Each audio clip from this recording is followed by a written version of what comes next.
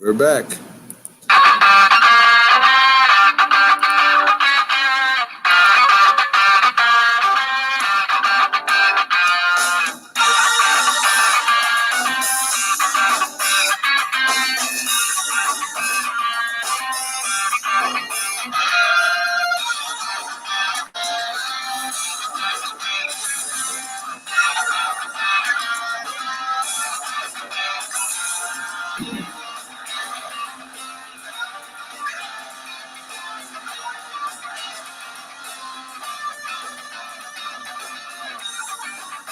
Good morning, everyone, and welcome to the Mac and Jack Sports Show, our Wednesday edition.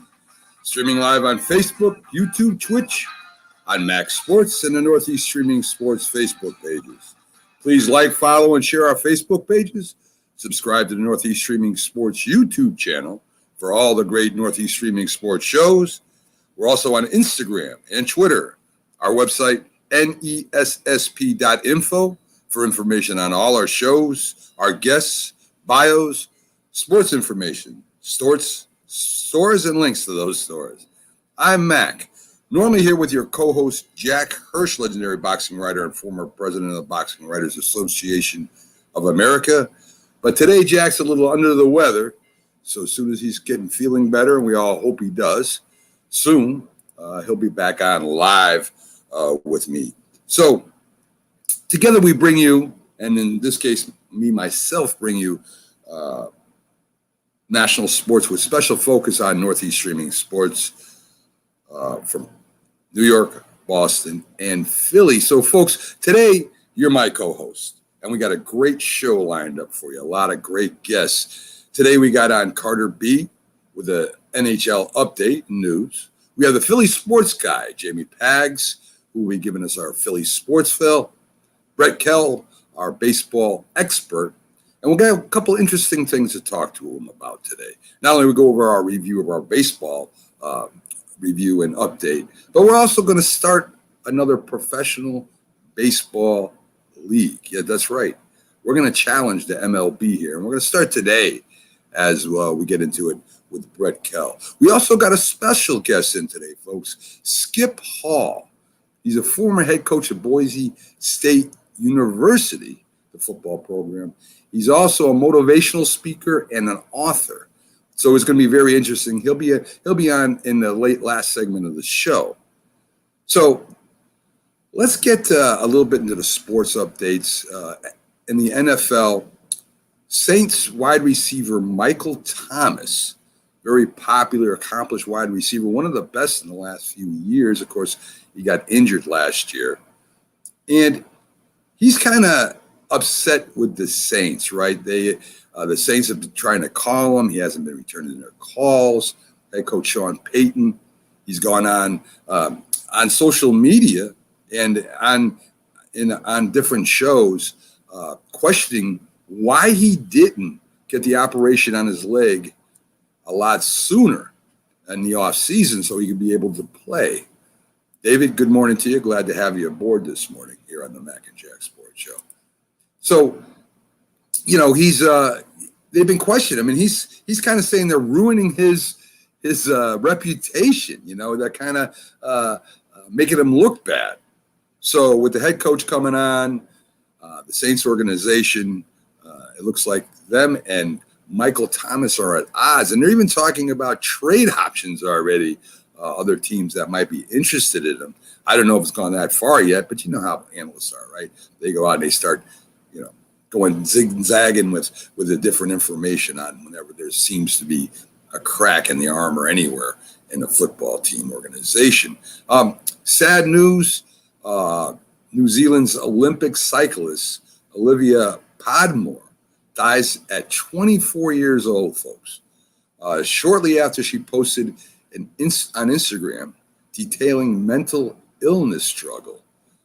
The authorities there declined to comment on the cause of her sudden death. One of her teammates said they didn't see this coming at all. So a young lady that was a very good cyclist, competed in the Olympics. I think she even medaled in the Olympics, has passed away. The Red Sox and Mets, man, are they falling hard, right? I mean, the Mets have been in first place all year. The Red Sox have been surprising everybody. It looked like they were going to run away with the division, but they both fallen out of first place hard. So, they fell again last night. The Phillies and the Braves have really, pushed forward here in August. And we're going to have, like I said, the Philly sports guy on Pags talking about that guaranteed, because I know he's got to be happy as heck about the Phillies lately. The Mets have just almost fallen apart, and there's really no help on the way. They got a couple pitchers that are hurt right now, DeGrom being one of them, and they're not sure whether he'll even be back this year. So, yes, the Yankees are playing real good ball. They lost last night, but they are playing good ball right now. So anyway, it's pretty cool for the Braves and Phillies as they both went by the Mets. The Blue Jays, Yanks are playing good, but the Rays are still playing out of their minds. So the Rays are holding on to first place. We'll see what happens in this mid to last part of August, whether the Rays fall off or not. Angels superstar Shohei Ohtani, what a season he's having, right? The multi-player superstar, pitcher, outfielder, home run hitter, base stealer. The man does it all. He's probably going to be the MVP this year. Jack makes a great point when it comes to MVPs. MVPs on a losing team, whether they were there or not, would still be losing. So, like A-Rod won when he was in Texas.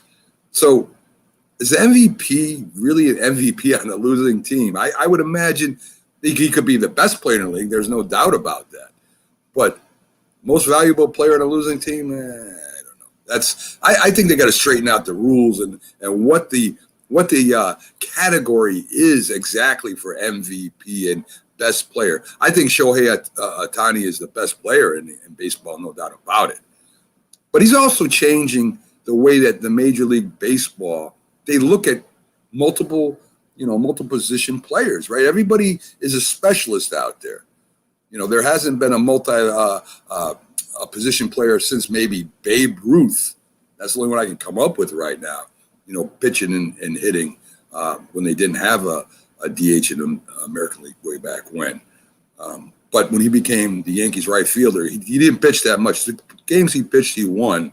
But I think he pitched like 5 games for the Yankees, where he was an over 20-game winner a year for the Red Sox before he became a full-time right fielder for the Yankees.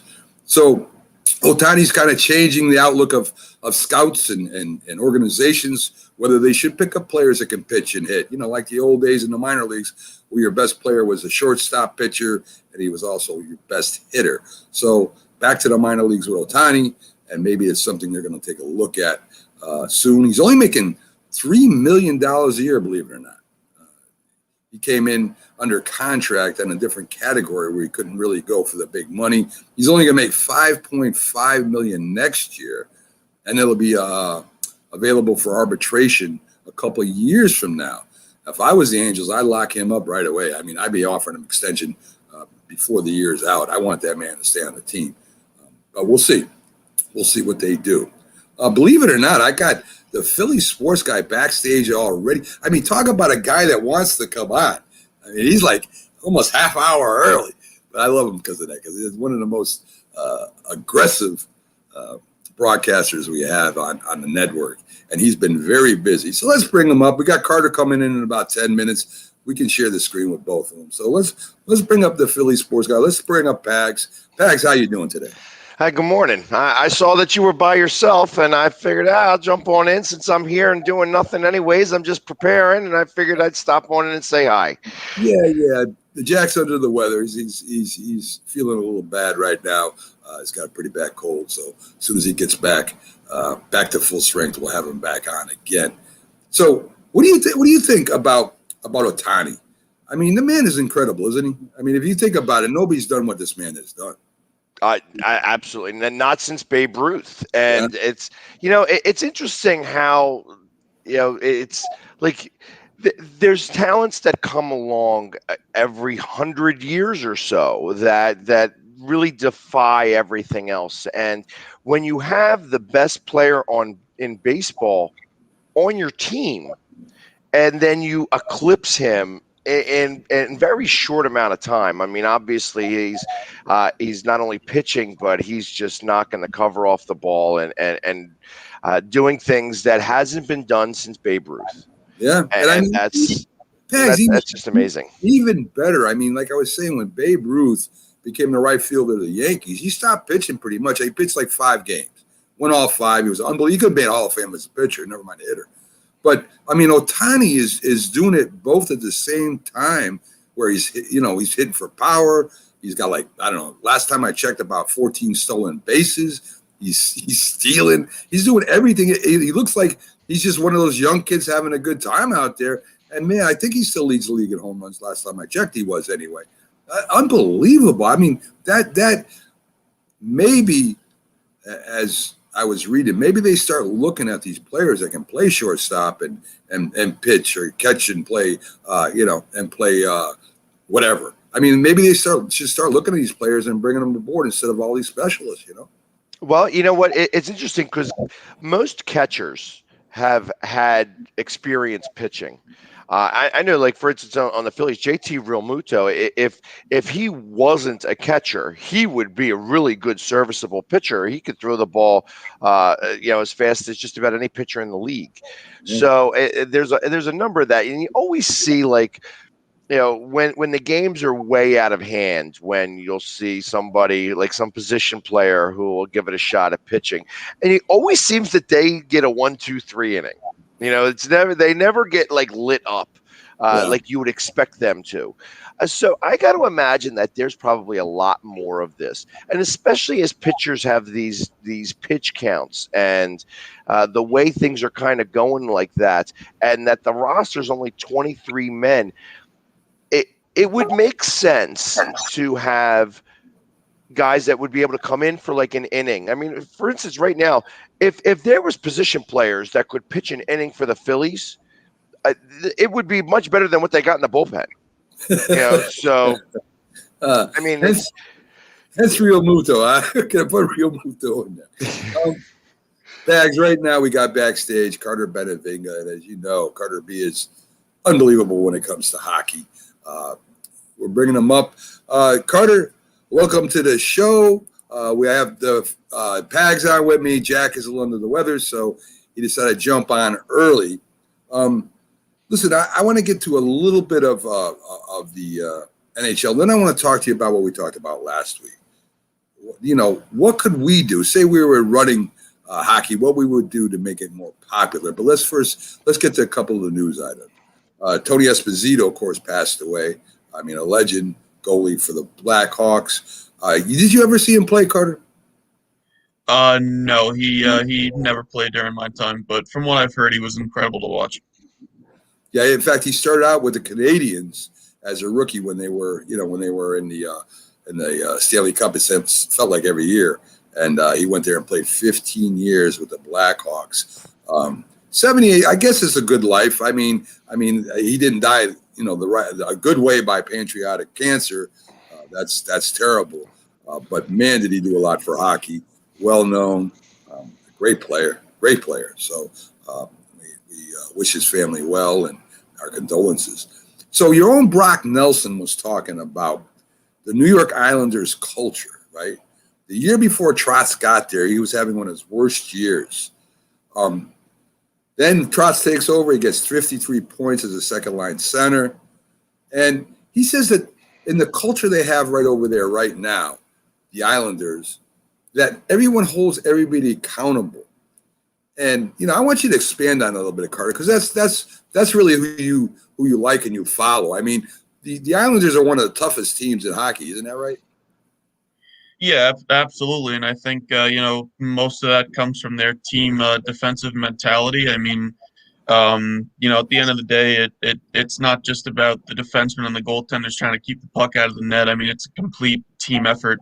You see centers like Brock Nelson and Matt Barzal trying to chip in more defensively. And you obviously see, even the wingers are trying to play a more defensive game as well. So I really think that that change has impacted the Islanders in a big way. And as long as Barry Trotz is the head coach of the New York Islanders, I have a feeling that they'll be a playoff contender for a long time.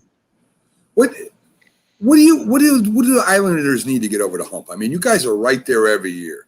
I mean, you're right there at the edge. You're battling the toughest teams in the league in the playoffs, and you're like going to Game 6, Game 7, very strong, tight series. They need one thing, Carter. If you could get the Islanders one thing to get over the top, what would that be? Probably a goal scorer can put the puck in the back of the net. I mean, if you can get a guy who can put in 30, 40 goals a season to play along with Barzell on that first line, I feel like that'd be a pretty good pair to have. So, it's funny because sometimes teams get far in the playoffs and then they make all these drastic changes and they don't wind up going back. So, it'll be interesting to see what the rest of the offseason holds. I mean, we really haven't heard anything from anybody around the Islanders, as a matter of fact. But I have a feeling that Lou's got a plan, and we'll just have to wait and see what that is. Doesn't every team need a 30 or 40 goal scorer? I know the Flyers could absolutely use one of those. But I think that the Islanders, they're what brings them back and forth to the playoff. I mean, Trotz is a fantastic coach. I mean, as much as I don't like the Islanders, as I really am really excited about Trotz as a coach, and wouldn't mind having him in Philadelphia orange and black. But their claim to fame is the defense. And to be honest, I know you guys have a halfway decent goaltender. I bet you if you had a little bit better goaltender, it would be the difference. I don't think that your goaltender can steal any playoff games. I don't think it's a matter of you guys putting the puck in the net. I think it's a matter of you guys keeping the puck out of the net, even with as good a defense as you guys have. I disagree, but I guess we can each have our own opinion, I suppose. Yeah, I mean, as Pax says, of course, everybody wants a scorer. But you don't want to change the makeup of something that's successful too. I mean, if you guys aren't successful, then that's a different story, right? You got to find ways to become successful. But the Islanders the last 2 years at least have been knocking on the door. They haven't kicked it in yet, but at least they're there. So to change any kind of outlook or to add a couple scores or what may take away from the defense, as you said, that's got you there. So, a lot of people don't realize, but luck has a lot to do with sports, man. People don't realize when you're at that level, it's the goal that, instead of goes in, bounces off the bar, or a bad penalty call, or somebody slips and falls. I mean, there's so many things in professional sports, and we always think about, the players, the strategy and all that stuff.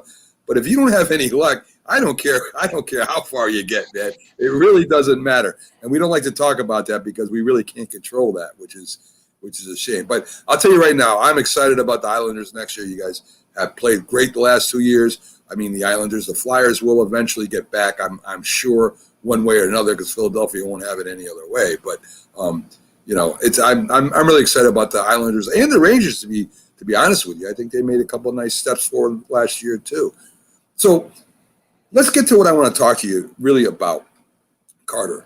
The popularity, how to promote the NHL. So you and me and Pags, we're running the NHL. There hasn't been a real star promoting the NHL since Gretzky. That would be my opinion, right? I mean, Gretzky kind of brought hockey back to the top, and people were talking about hockey all the time when Gretzky was there, a great ambassador for hockey. But I compare hockey a lot to baseball. The setup is almost exactly the same. They both have farm systems, right? Yeah, both have your minors. So players really don't get to come, to start right away when you guys draft, which is, they kind of get lost in the shuffle. So you really can't take a new player unless he's, a miracle guy. You really can't promote this guy because he's down in the minors. So that kind of handcuffs you.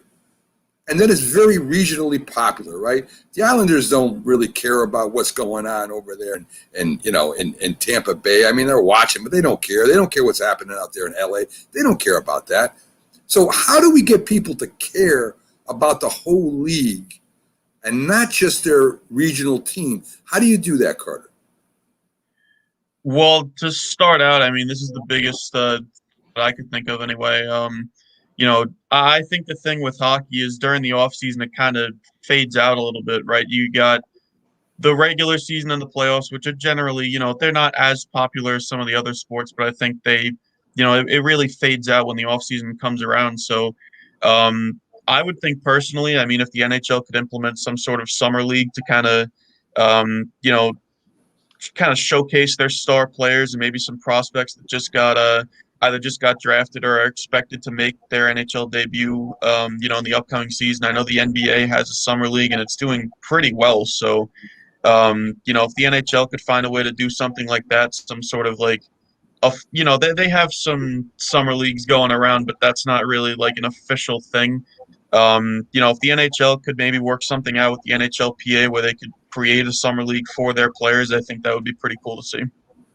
What do you think, Pags? I mean, do you agree with that? That maybe they should have some kind of off-season hockey going on that they could promote, or maybe show games of the young kids that you guys have drafted. I mean, to kind of showcase them a little bit. So they tried something like that. They tried to have a professional roller hockey league, and it didn't take very well. It seems to me like the right for right now that the biggest talents in the league are somewhat hated. Where you have like. Yeah, off the top of my head, you have Connor McDavid from Edmonton, who is up in Edmonton, which is part of the problem there, and he's not in a really big market, and so he's not really well known. I mean, he is a clean cut kid, and he kind of looks good, and he would be able to be marketable, but he's just in an area where it's non-existent up there. And then you have like Brad Marchand, who's hated across the league, and then Sidney Crosby, who I mean, as great of a talent as he is, and as much as I love to say that I absolutely hate him and I would never want to see him in Flyers orange and black, is felt that way across the league. And that's part of the problem right now is where I mean, I love hating Sidney Crosby. It makes it fun for me as a hockey fan, and I can imagine that there are. I feel the same way about Brad Marchand. And when I say that I hate somebody, it's really a level of respect because I don't say I hate many people, Yeah. but because of that, there isn't that like Mario Lemieux, I didn't hate. You know what I mean? And he was fantastic. Wayne Gretzky, you were just in awe of the way he played the game in comparison to everybody else. He was a giant amongst men, and those are the types of things that we just don't have right now. I think the first thing that hockey could do is get rid of Gary Bettman. I mean, I think that he's good for the I guess the rules of hockey, but when it comes to actually promoting the sport, I think that he's really poor at that. And he's the one that really holds all those reins really tight, and he doesn't micromanage very well, and he doesn't really allow hockey to thrive anymore. They're doing so many different things to pull out all of the aggressiveness in hockey, and that was the one thing that hockey had over all of these other sports. It made it closer to football, and that's what some of the fans liked. Let me cut in here for a minute, and this was the other point I wanted to get to with Carter too. See, in football, you can evolve, right? I mean, you could change rules, you could change formations, you can change strategy. In basketball, you can evolve somewhat. I mean, it's not everything's set in stone. I mean, you can. It seems like baseball could, but they don't want to for some reason. But hockey is hard to do things to evolve the game, right? I mean, the nets are the nets, the arena is the arena, the play they play is the play. There's not really anything you can do to add a strategy that hasn't been done before, Carter. Am I right? I mean, isn't hockey basically the sport that stays the same, except for maybe changing the aggression of hockey? Yeah, I mean, I suppose I don't know how much the strategy of hockey changes, but I think Pags does have a point. I mean, if a guy like McDavid wasn't a bigger market, I mean, or even on a better team. I mean, Edmonton's not necessarily a great team to begin with. Maybe if they improved their roster a bit, got to the playoffs, but if McDavid was on a bigger market team like his hometown Toronto Maple Leafs, for example, I think it would be easier to market him as a player, and I think that a lot more people would kind of be drawn to him and his skill set at the same time. So, yeah, I mean, I don't know how much it is exactly changing the strategy. I guess I mean, it has something to do with the way that the players are kind of shown throughout the league. I mean, going back to Toronto anyway, you look at a guy like Austin Matthews and Mitch Marner. These are two of the most well marketed, well showcased guys in the NHL right now. I mean, you look at Marner, he's looked at as one of the best playmakers. Matthews is one of the best goal scorers. These two go together really well, and I think that's why they're looked at as such an elite duo.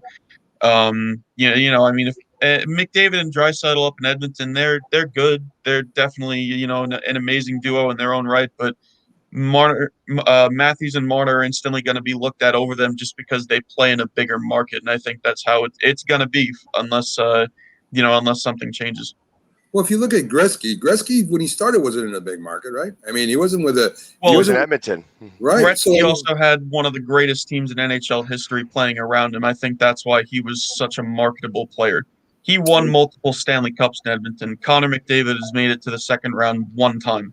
There you go. There you go. Winning has a lot to do with it too. That's for sure. If you're playing on a winning team, so really, what I'm looking for is what it would take. And I know, like I say, hockey is not the biggest sport in the country. We know that. It's got a very loyal following, and it's in the top 4. So to get more viewership, do you think maybe they should be going out into the community more? Maybe they should be having more events. Maybe they should be going into high schools. Maybe they should make an effort. And I'm talking about the NHL front office. Should they be making more of an effort to go out and push hockey at the youth level or at the neighborhood level, Carter? I don't know how much of that would be the front office. I feel like that would, they could kind of divide that up, amongst teams that have that in their local market. I mean, if the Islanders, for example, want to go out to schools on Long Island and do that, that would be kind of their discretion more than anything else. I mean, I do think maybe another way to do it would be, I know the NBA comes out with a ton of new jerseys every year that sells like crazy. So maybe if the league were to do something like that, I mean, I know it's not really the top priority on some people's list, but there are a lot of jersey designs that a lot of different teams have kind of ditched in the past, and a lot of fans are wanting to bring back.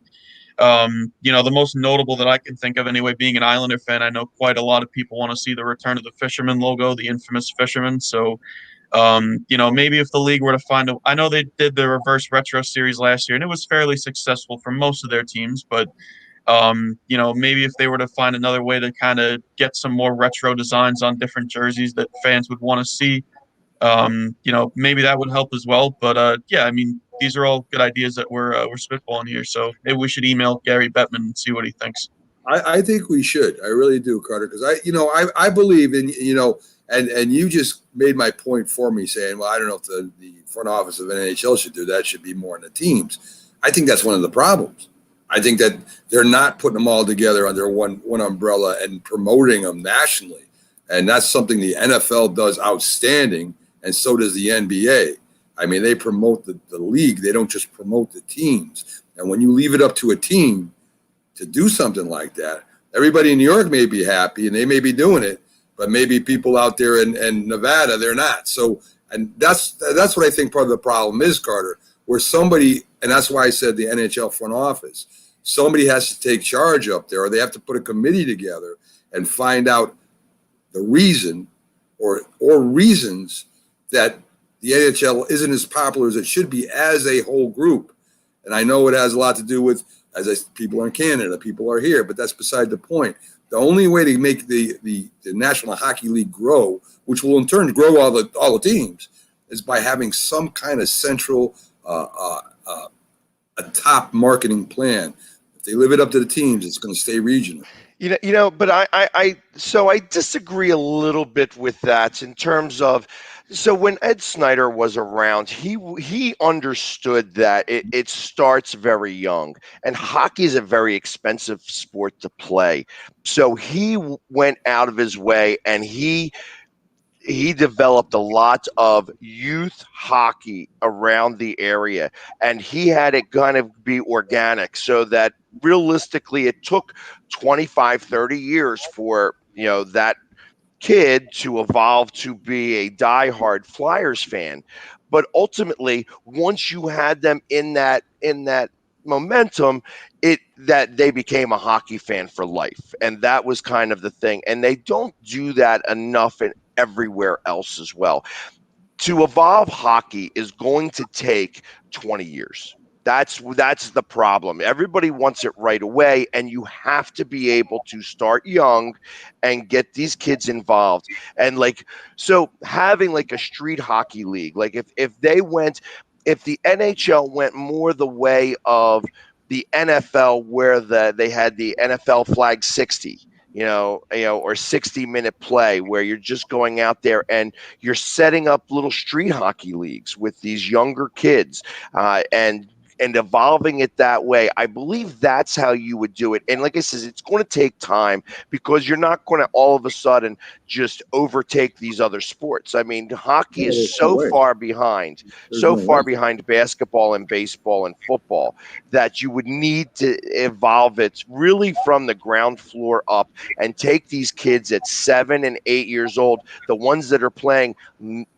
t-ball, and put a hockey stick in their hands, and make it more affordable and have it a little bit more regimented, and then start to be able to build that up. There used to be times where there were hockey rinks all over the place. When I say that, like street hockey rinks, you don't see them anymore. Anytime any one of the ones that were around my area all came down, because ultimately they started to lose interest. They started to not be taken care of, and then it brought in a bad element. Sure. But that's kind of what they need to have happen. They need to start really young and evolve this over 15, 20 years. And at that point, because like I said, basketball right now, I feel like, although it is really like high end where you get to see it, the guys that are playing basketball right now forgot what the love of the game is, and they do it more for the money than they do for the game of basketball. Hockey hasn't done that. Hockey players do not make the type of money as any other sport does, and they do it a lot more for the love of the game. It's much different than it was back in the 70s and 80s, where the hockey player was a lot more approachable, but it's still not anywhere near any of the other sports. And that's where I feel that they could really do their best. If the NHL really took some initiative and started to set up these minor, these, like I said, these street hockey leagues, and had some of the players come in and start to coach them and do all those types of things, I think that's where you're really going to get the biggest bang for your buck. And in 15 years, you'll see a big surge of hockey. I agree. And Carter, tell me if you agree with this.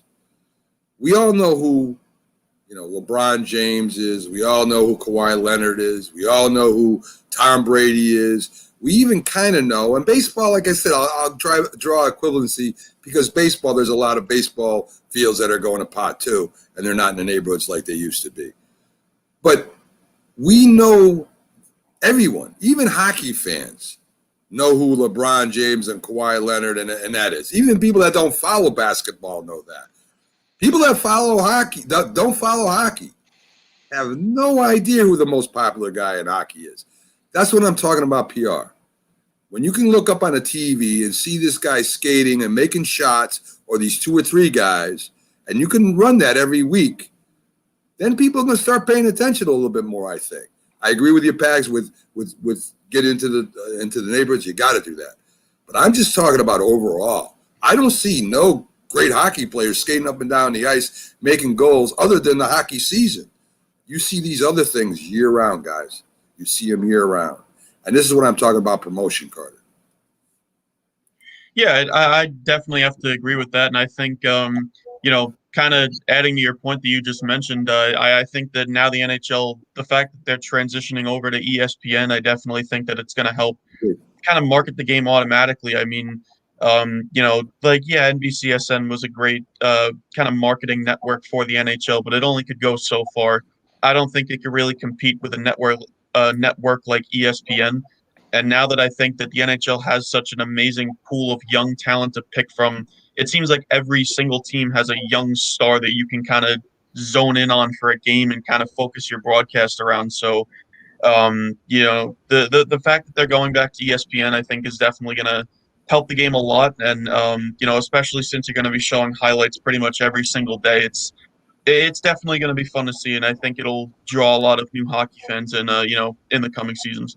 I agree with that, Carter. And the other real quick thing I think that they could possibly do is like they take a star like Connor McDavid or something like that and do like a Dancing with the Stars. Something goofy like that would maybe sell because they are very athletic. They do those types of things anyways. It wouldn't be so ridiculous to kind of see that, and just to get some of these, the lesser, I said some of the better hockey players out there, some of the more attractive ones, because you couldn't have Sidney Crosby out there. He's ugly as sin. You know what I mean? But it's like literally, but that would be able to kind of get and it would be an off the wall, outside the box way of thinking to be able to get that, get some notoriety. I agree. Carter, thanks for stopping in your weekly visit. We love having you on. We'll cover some more hockey news next week. And, listen, Carter's right. I'm watching them summer games of basketball right now. They're coming out. They're on TV right now looking at all those young players and matching them up. Hockey might be better served if they did something like that, Carter. I definitely agree. Have a great day, Carter, and we'll see you next week, my friend. Thanks, guys. It was fun as always. Thanks a lot. Take care, Carter. So there you go, folks. Carter B., our hockey expert and analyst, always does a great job for us. Knows hockey. The man knows hockey. So let's get to you, Pags, and your Philadelphia Phillies. You got to be excited as all out. The way they're playing lately. Been watching you. If people have been paying attention, Pags has been all over the place, painted up, going crazy, all over the place. So what do you give to the rise in the Phillies? I mean, 8-2 in the last 10 games, in first place now, Pags. Yeah, it's funny because they came out of Pittsburgh after losing 2 of 3 to the Drek that was over there and getting in theory 1 hit for 16 innings while they were out there. It was really bad baseball for a while, to then all of a sudden just turning it on. I mean, they swept the Nationals on a 4-game series. They swept the Mets, which was a little bit more impressive, but the Mets are really fading fast right now. And then, of course, last night, I mean, I was at the game last night, and we got robbed of the pitcher's gem. That by rain. It was a shame because it was literally, I expected that the game was going to go maybe 2 hours and 10, 15 minutes. There was 13 strikeouts within 3.5 innings. And, the rain comes next thing you know, after an hour and 45 minutes later, we get back to playing baseball, and then it takes another 3 hours, and the Phillies bullpen just doesn't hold up to the Dodgers bullpen. Yeah. So it really, I felt like Nola was really pitching, lights out, and I thought that we really had a chance against them with him going. That being said, the Dodgers are one of the best teams in baseball, and if once we start to get into our bullpen, which has been a deficiency throughout, that's where it's we start to trade fail off. I think right now, that the Phillies are hitting the ball really well. I think that as long as starting pitching can make it into the later innings, if we can get into the 7th inning, that we really have a 7th, 8th, and 9th inning guy right now. It's the 6th and the 5th innings that I really have the biggest concerns about. That's where we have the biggest issues moving forward. But as of right now, I'm excited. It's first place baseball, and they're doing things that they haven't done all season long, which is good. Yeah, I mean, you guys got this road trip is pretty big for you. You got the Dodgers, the Padres. I think you're playing the Rays, the Reds, who are playing pretty good ball right now. You got Arizona in there for a few games, so that's good for you. A couple series with them. But this is going to tell a lot about you guys. I mean, these this next half a month or so. I mean, this is where you make it or break it, right? I don't think you guys play the Raves until like the last 2 weeks of the season, if I'm correct. I don't think you play them again till then, and who knows? Well, and the one thing that is going to be a little bit tougher is that they, in the month of September, they do not have any home series with a division opponent. That all of their home series are finished once we get out of August. Yeah, as best as they can. And there shouldn't be any reason why they don't, because they're playing. I mean, they have one of the easiest schedules in baseball right now. I think the average is like 440 or 450, and that once you get past the Rays and the Dodgers and the Padres, that there's not really even anybody above 500 that they're going to be playing, except like maybe the Braves, and if they continue. The Braves are very hot and cold as well. I mean, the Braves, they won yesterday, they won on Sunday. On Saturday they were up by 2 runs in the 9th inning and lost to Washington. So there's a number of different things that they're not. It's the NL East, and this is almost very similar to the NFC East, where it's a matter of who wants it most, because not anybody is really pulling away with it. I agree. You got Rice Hoskin out for 10 days on the disabled list. Groin injury, big loss for these 10 days. I mean, we'll see. Something like that could affect you the whole year, though.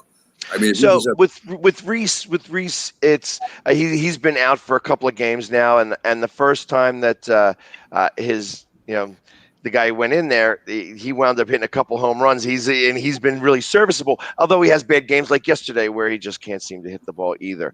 Same thing with Bryce Harper. He's worked his way into MVP talk. Yesterday he had 3 strikeouts and a walk. So it's when you're having those types of ups and downs. Of course, this is against the Dodgers. I mean, it was against Scherzer, who he doesn't have really good luck with.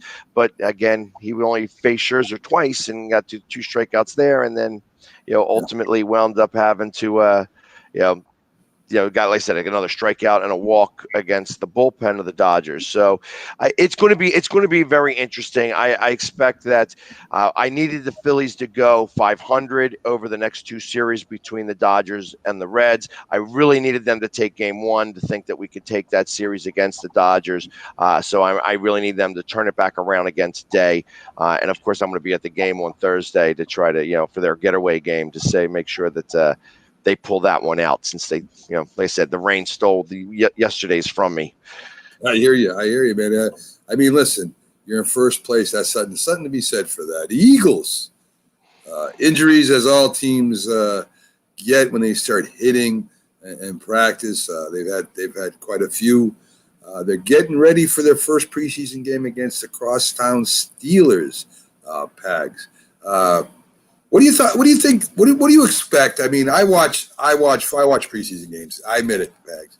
I watch it. That's the coach in me. I got to watch and see what players are, what they're doing, see how they come along. I mean, it's just part of me. I just can't help it. A lot of people don't like preseason. I do like it.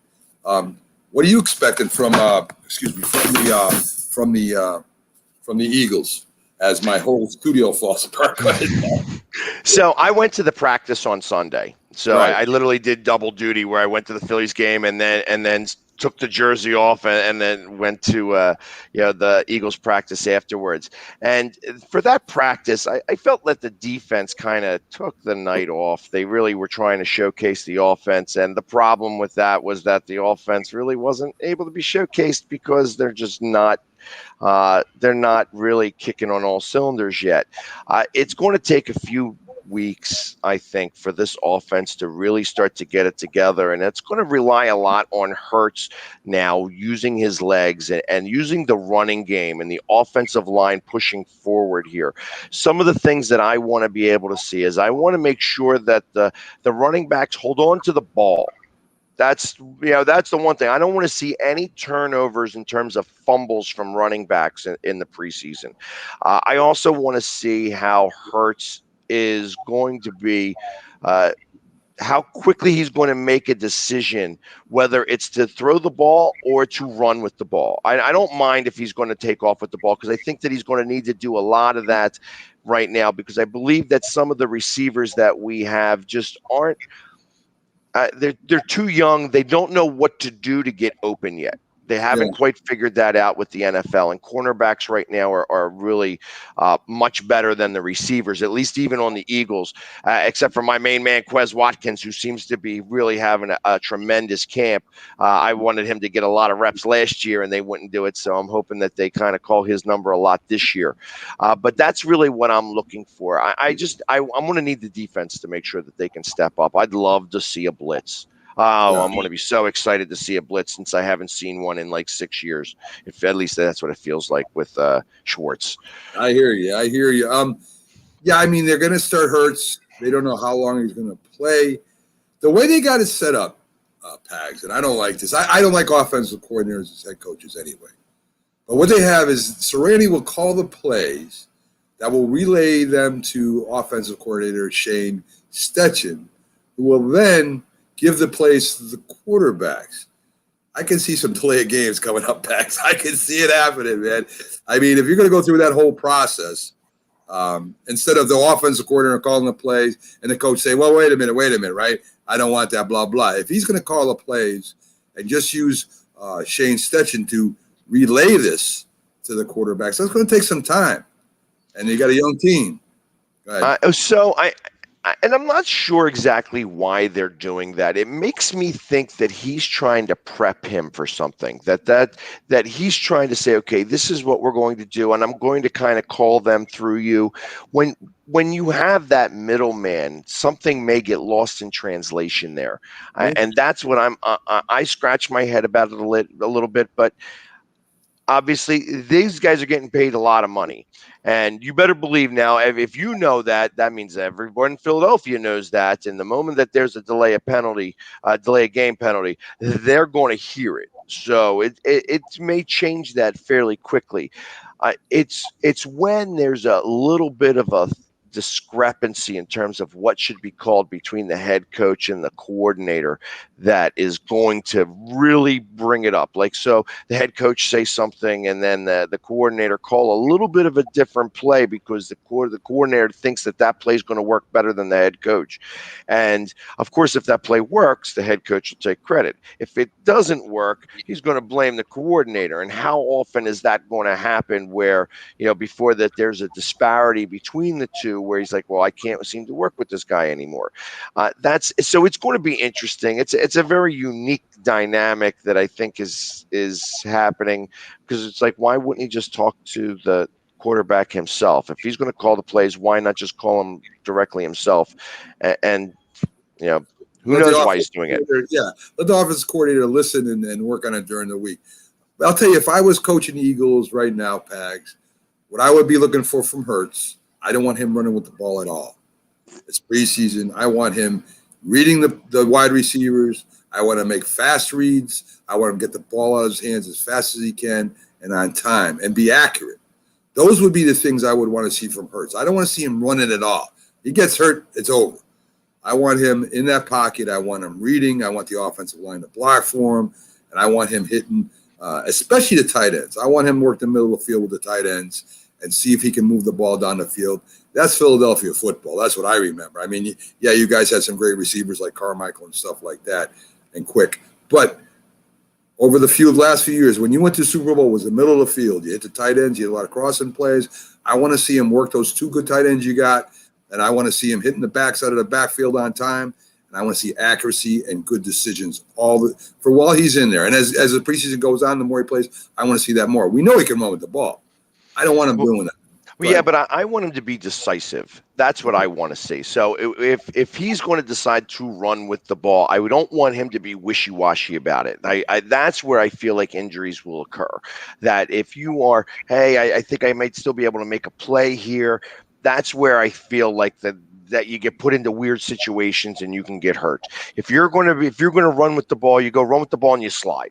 That's what quarterbacks are supposed to do. They're supposed to not get hit as often as possible. So I don't want to see him get hit like that. So to answer yours, I agree. I want him to work the field. I want him to be able to do that, but I also want him to make the decision if he's going to run, not to be like maybe or whatever, because that's where I feel like last year Wentz had the biggest problem. He's always trying to make something else happen, and the offensive line didn't really cover for him because they just didn't have the offensive line to do so. This year, the offensive line is back, and I really want to see them. I want to see that work the way I know it can. Yeah. I mean, again, Pags, I wouldn't want him running. He slides, and there's some guy trying to make the team on the other side hits him. I want him to play like a quarterback. He's got the talent to run anytime he wants. Let's see what he can do throwing the ball and get that completion rate up and work with his tight ends, man. You guys got two of the best tight ends in the league right now. Well, not only that, I mean, there's a rookie that we have right now. I mean, because I'm also a big fan of Rodgers. I thought Rodgers was probably the one tight end who was probably the most consistent last year. But we have a rookie tight end who is he used to be a quarterback in college. His Tyrese Jackson, 6'7", 260 pounds, and he's going to have to make the roster. He's not only had a great camp, but if you put him on the practice squad, he's going to get scooped up by somebody else. Yeah. And I look at him as the tight end of our future.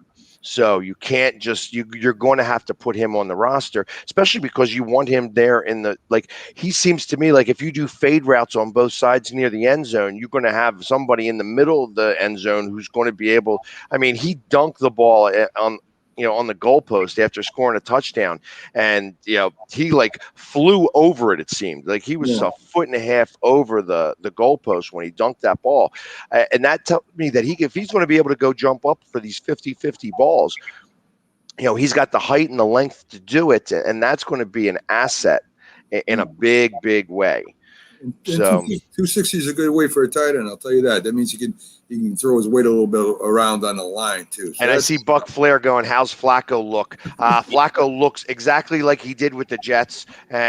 He was by far the worst quarterback, in that practice. I don't know. Yeah, third stringer you got there isn't that good either, Bags. But actually, out of all, I'll be honest, not for nothing, Nick Mullins actually in the practice looked better than both of the other quarterbacks. Both of them, yeah, hurts. The only thing accuracy. Got to get accuracy down. Can't be taught. You gotta learn how to read and put the ball where it's supposed to be. So, well, we'll see. Pittsburgh Steelers, Philadelphia Eagles coming up preseason, but it's for Philadelphia, so I think. There'll be a little bit of anxiety on the field, and we'll see what Hurts does against maybe the Pittsburgh starting off defense. We'll see. Maybe they won't start. No, we don't know, but we'll see what happens. It'll be good to watch him get on the field. I mean, I'm going to be out there too. I'm doing triple duty on Thursday, where I got the Phillies at 1:00. I have the Eagles at 7:30. And we have our union. I know you hate talking soccer, but we have our union in the CONCACAF, semifinals. This is like the Champions League of North America in the semifinals. We're going to be down in Mexico City playing what would be the equivalent of the Yankees of soccer in North America. Yeah. So it's going to be a very interesting game. That's at 10:00. So I'm literally doing triple duty that day, and going to be changing my colors a lot. What a life. Exactly. Listen, Pags, I'm glad you brought up soccer because you know how much I love soccer. So I'm glad. I know. And I'm glad to hear they're doing well. Folks, that's the Philly sports guy comes in on every Wednesday, and he promised that he's going to co-host with me on Friday. So I am. So we'll have Pags back on Friday as we go through you may see a very colorful version of me on Friday because you know that I'm raising money for charity, and I'm on day, this is going to be day 13 or day 12? Yes. Oh my Lord. They're starting to run together of the 22 days of face paint for charity. Yes. So it's been an adventure to say the least. And folks, when we first met Pags, I was on the show and we got him on, and he was all painted up when he came in. He looked. I was thinking, oh my God, this guy's going to be a nut. But now, when I heard you talk, I said, I got to get this guy on. When I got my new show going, I got to get this guy on. He knows what he's talking about. So Pags, that brings me back to the first time we met. So I'll probably be laughing at you the whole show, but that'd be That's great. okay. You know, that's part of it. You know what I mean? You know, if I didn't have thick skin, I wouldn't be doing this, or I couldn't be doing this. That's true, man. And as Buck says, and so do I. Appreciate that dedication to the Eagles, man. It's and your dedication to a cause, Pags. It's really good stuff you're doing there. So great work, congratulations, and you're just a good dude, and I know that. So, folks, Philly Sports Guy be back up with me Friday. Pags, have a great day. Take it easy, and make sure that you make them eyelashes look nice and long, Pags. Or get the hair standing up real nice and tall. That's the better part. All right, my friend. Have a great day. Thanks for stopping. All right, take care, guys. So there you go, folks. The Philly Sports Guy getting all dressed up with a lot of places to go. So, and as Buck Flair says, thick skin makes the character. It sure does. It sure does, Buck. So, folks, we're going to have our first break for today. On the other side, we got Brett Kell coming up. Baseball expert, knows everything about baseball. I mean, independent league, college leagues, the MLB. But guess what we're going to do? We are going to start a revolution on this show, folks. I'm telling you. We are going to get another professional baseball league up and running to challenge the MLB. I don't know about you, but the MLB is kind of stale to me, right? Listen, I'm a fan, but they've never been challenged. Think of all the times the NFL has been challenged, right? Baseball, never. There's really never been a league out there to challenge the MLB with the high price contracts and the way they run their minors and, the way the MLB argues all the time with the players union. Suppose, just for a minute, suppose we just start another league. It's going to be a big task, guys. I'm going to need your help. But Brett Kell will be on after. I want to ask him a little bit about, where I'm going with this. It's going to take a lot of work. But I really believe that we can challenge the MLB. Maybe not right away, but very shortly in the future. I'd say 1-2 years, maybe 3 years. That fast, guys. That fast. I think we could put the MLB on its access, man. I mean, they'll be worried. Let's put it that way. So stick with me. Right after these breaks, we'll start talking about that with our baseball expert, Brett Kell. Be right back after these messages, folks.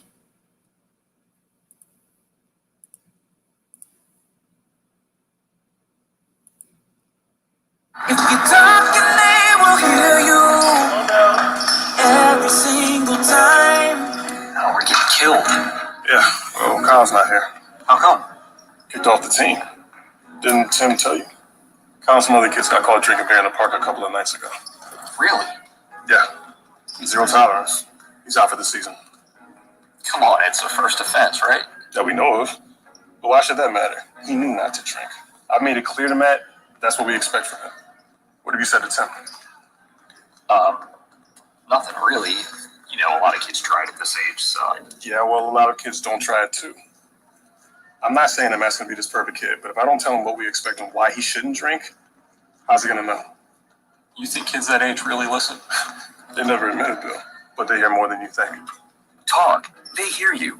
For more information about talking with kids about underage drinking, visit underagedrinking.samhsa.gov.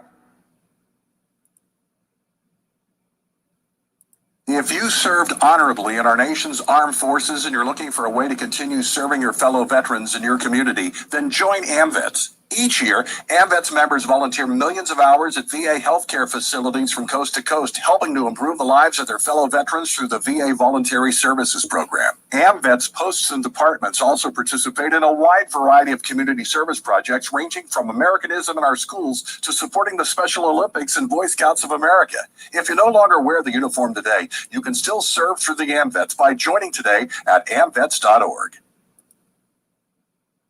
Hi, Grandma. What's for dinner? Hey, honey, I'm making stew tonight. Ooh, can Nina come over? I'm not sure about our new friend. I wonder if there's been any drinking going on. Alcohol at her age can lead to so many bad things. I've been meaning to ask you, what would happen if someone offered you a drink? Grandma? This is hard. She's so young, but I know I need to talk to her about it now before someone tries to give her alcohol. If anyone ever does offer you a drink, I want you to say no. I have too much respect for my family, and I don't want to get in trouble. Okay, Really? I promise, Grandma. I love you too. Okay, how about tasting this stew and telling me what you think? Some children may try alcohol as young as 9 years old. It's not too early to talk about drinking. For tips on how to begin the conversation, visit underagedrinking.samhsa.gov. That's underagedrinking.samhsa.gov. This message brought to you by SAMHSA and this station. When you hear the word asthma, you probably think of shortness of breath, coughing, or inhalers. Lots of things can trigger asthma, but the fact is that asthma doesn't just attack, it can kill. But with proper medical management, asthma is controllable. If you experience shortness of breath, wheezing, tightness in your chest, or persistent nighttime coughing, you may have asthma. See your doctor and get the facts. You'll breathe easier. For more information, call 211 Info Line. A message from the Connecticut Department of Public Health, keeping Connecticut healthy. Good morning. You're listening to the Mac and Jack Sports Show on Northeast Streaming Sports.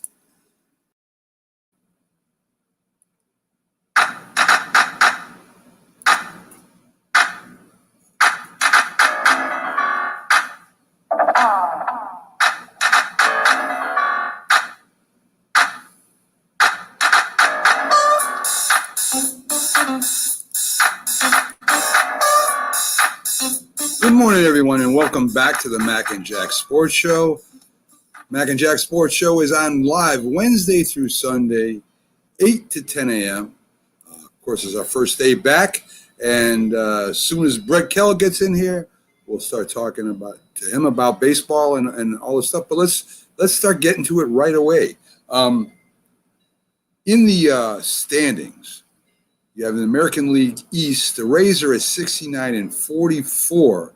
The Red Sox falling 5 games back at 65-50, followed by the Yanks, the Blue Jays, and the Orioles.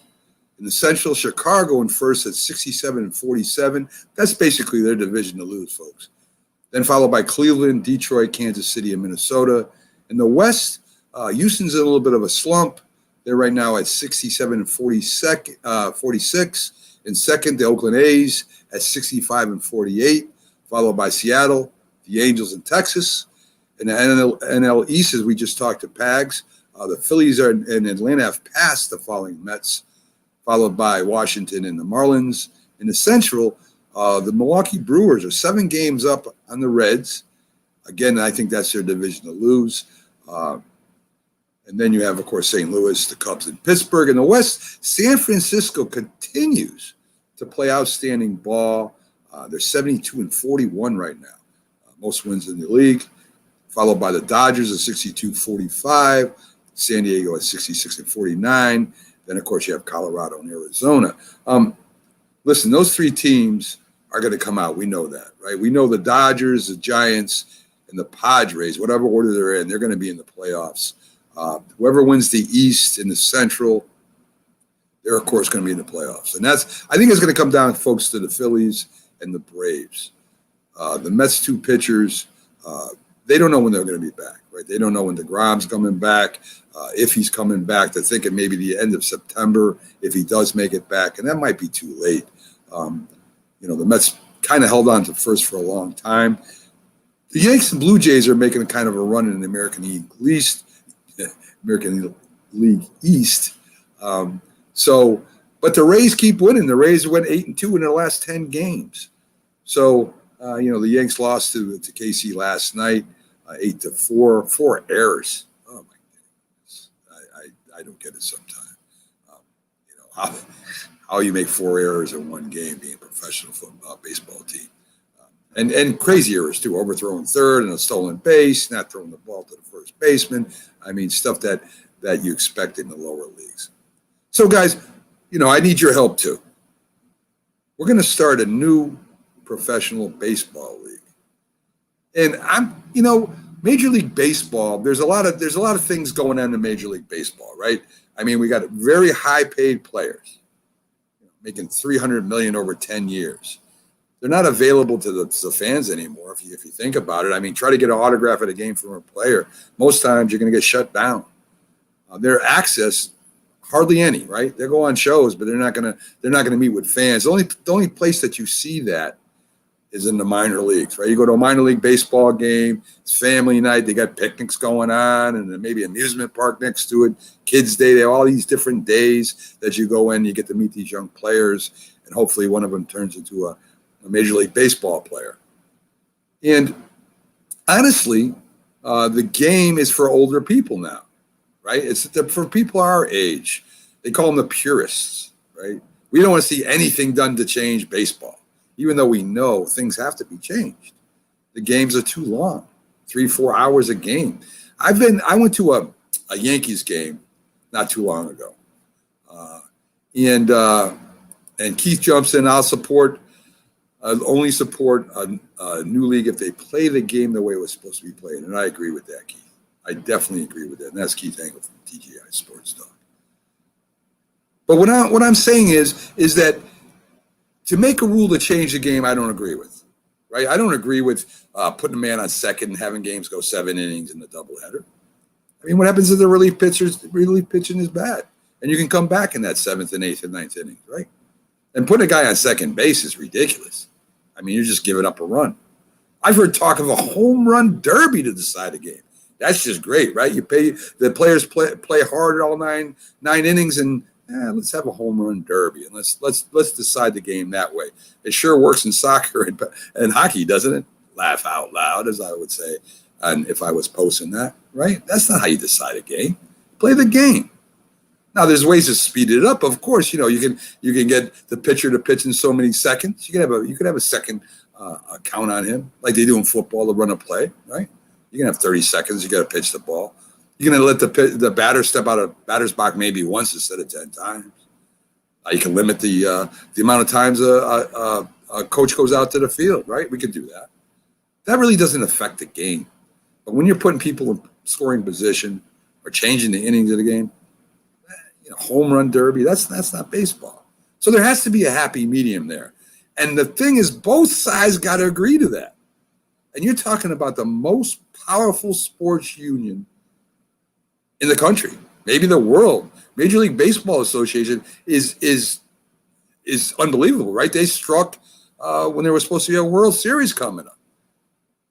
And the fans were mad for a while, and they ended up going back as the home run race kicked in. And the owners don't have guts to shut down or shut them out.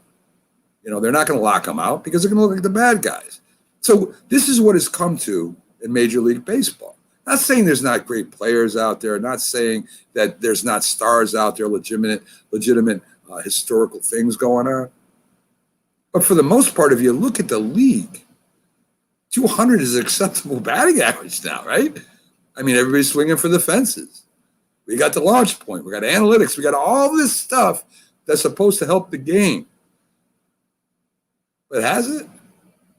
I mean, yeah, they're hitting more home runs, but they're striking out just as much, aren't they? Or more.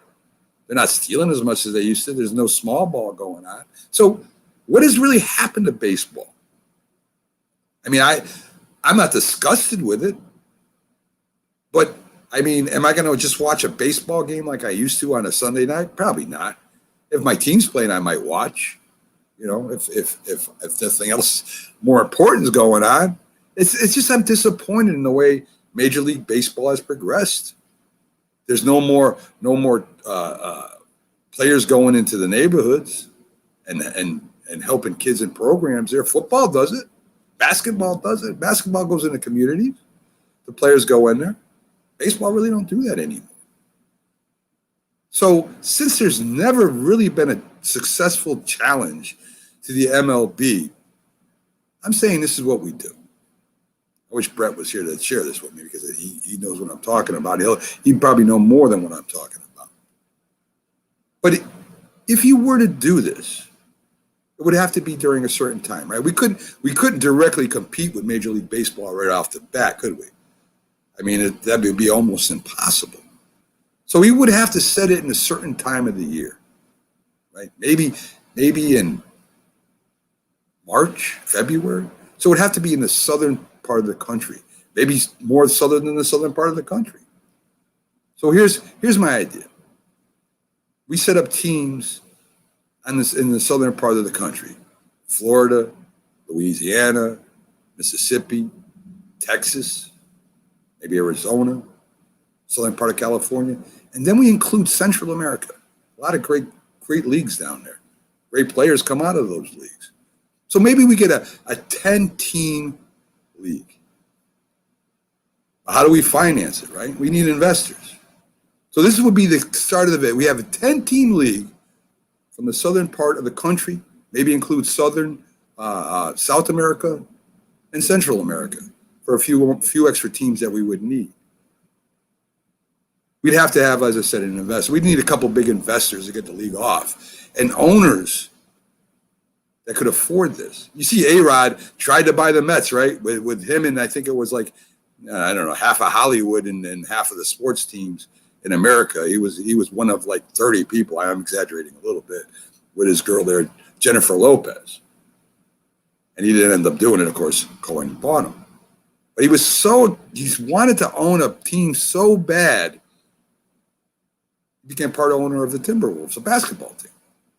I don't know what he's going to do there, but, he wanted to own a team.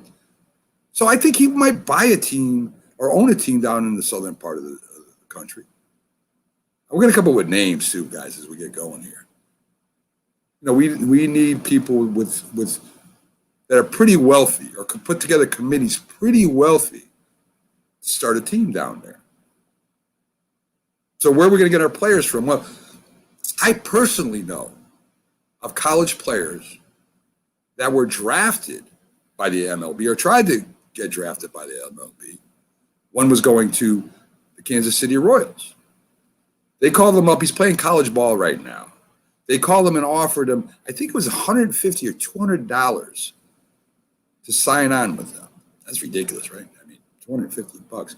I think the guy before him, if I remember correctly,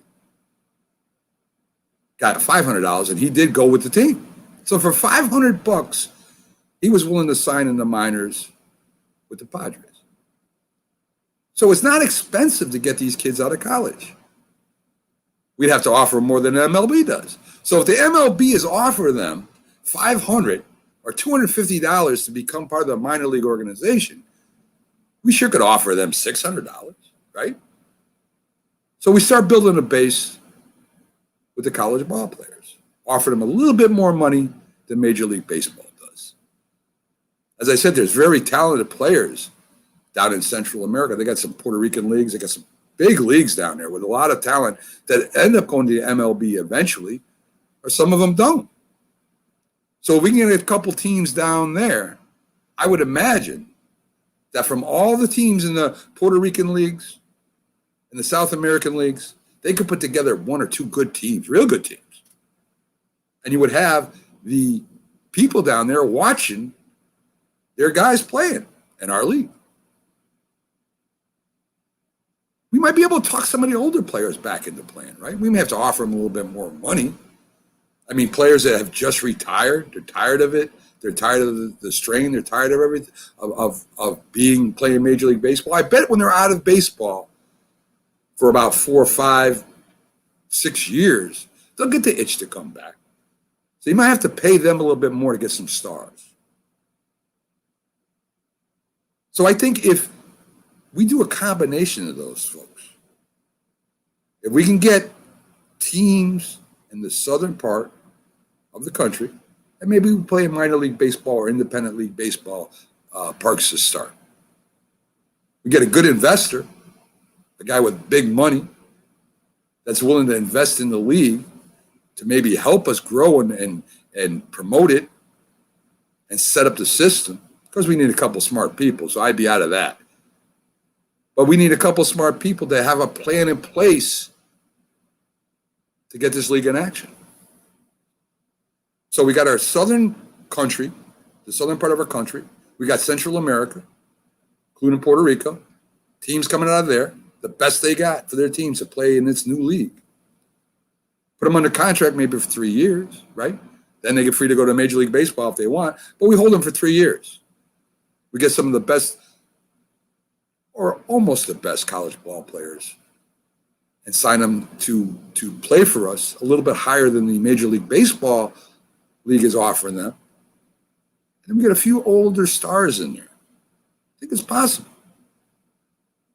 Again, we'd have to play in the winter, early spring before Major League Baseball starts and after the Super Bowl is over. So I think it's possible. I don't know if it's plausible, but I think it's possible. And when you got people that are in sports that want to own a team like A-Rod, LeBron James, Magic Johnson, these guys want to own a team. They want to have a team to call their own. Or some big businessmen that want to venture out there like the Robert Krafts and George Steinbrenner from the past. And even Donald Trump owned the New Jersey Generals. Right? These guys want to do this stuff. They want to own a team. So we sell them a team. And I think, folks, if you can kind of bring back a little bit of the way baseball used to be played, community relations within those where the teams are located, like they do in the minor leagues right now, I think it can be done. So let me write this down. We got to come up with a team, right? I don't know which one I want to be. I'm thinking of a name for maybe our Louisiana team. I don't think there's a Major League Baseball team in Mississippi either. So let's come with Mississippi. Let's call them the Mississippi Maulers, right? So our team is the Mississippi Maulers. We're gonna look for a big businessman to buy that franchise. And believe it or not, guys, we're gonna go through this whole thing. We're gonna draft some players out of some colleges. We're gonna try to sign a couple older stars. And we got to find an owner for him. And I don't know who I want to contact first. A-Rod just got the Timberwolves, so I don't think he has the money right now. But maybe a famous singer? Yeah, why not? We could maybe check into that. And I'm telling you, folks, I really believe that if you set it up in this way, kind of in this way, that you might be able to challenge the MLB eventually, maybe 3 years from now. You have to promote it, have to be aggressive with it, but I think it can be done. So, folks, we got coming up next on the show is going to be Skip Hall. Brett, for some reason, didn't make it in, and we'll find out what's going on. I know he's pretty dependable, so something must have happened in either the transfer or whatever's going on there. So we have Skip Hall coming up very shortly. Former head coach of Boise State, record 42-28 as a head football coach. Also, been in the business arena, recruiting, coaching, and building teams. Appointed managing director of a big company, motivational speaker, radio show host, and now with a new book called Coach 'Em Up. And it was forwarded by Nick Saban. So in about another 10 minutes, we'll be having Skip Hall checking in with us. I'm going to take our second break for the show. And folks, we'll be right back after these brief messages.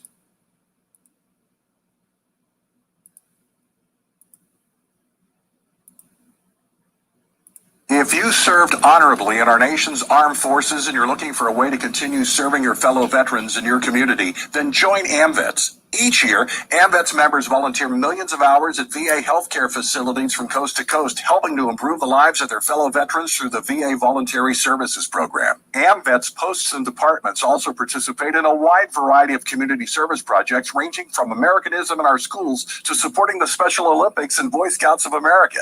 If you no longer wear the uniform today, you can still serve through the AMVETS by joining today at amvets.org. We all make choices. When it comes to alcohol, kids make choices whether to drink or not. Bye-bye. Remember, I'm going to Alex's party tonight and sleeping over. Hey, have a seat for a second. Remind me about that party again. And adults make choices whether to talk about it. That's true of parents and every other trusted adult in a kid's life. Kids want to know our expectations when it comes to alcohol and other drugs. They want guidance and honest answers to their questions. And it makes a difference when the message is consistent and part of everyday conversations. So talk with your kids and help lead them on a positive path. Because when you talk, they hear you. For more information about talking with your kids about underage use of alcohol and other drugs, visit underagedrinking.samhsa.gov. If you talk and they will hear you every single time. Oh, we're getting killed. Yeah, well, Kyle's not here. How come? Kicked off the team. Didn't Tim tell you? Kyle and some other kids got caught drinking beer in the park a couple of nights ago. Really? Yeah. Zero tolerance. He's out for the season. Come on, it's the first offense, right? That we know of. But why should that matter? He knew not to drink. I've made it clear to Matt that's what we expect from him. What have you said to Tim? Nothing really. You know, a lot of kids try it at this age, so. Yeah, well, a lot of kids don't try it too. I'm not saying that Matt's going to be this perfect kid, but if I don't tell him what we expect and why he shouldn't drink, how's he going to know? You think kids that age really listen? They never admit it, Bill, but they hear more than you think. Talk. They hear you. For more information about talking with kids about underage drinking, visit underagedrinking.samhsa.gov. I mean, you can see right now, without LeBron, Lakers are struggling. Let me tell you about a team I hate, all right? I know the Dallas Cowboy fan is here, so I had to make sure he knew how much I hate this team. I'm ready. I've often said that the people who run baseball, they try very hard to ruin it. I'm from Brooklyn. I don't have a problem saying it to his face. Oh, I'm from Brooklyn. Hey, guess any.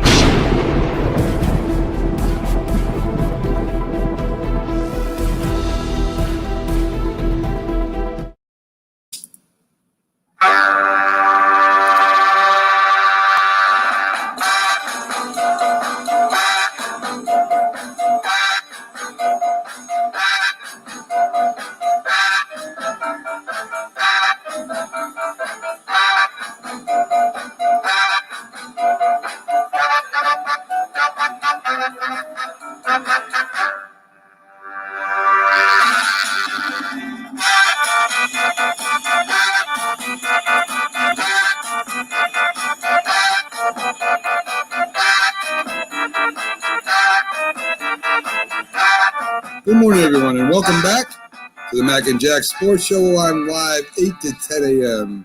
Wednesday through Sunday. I'm Mac. Good to have you here this morning. Our guests this morning have been Carter B.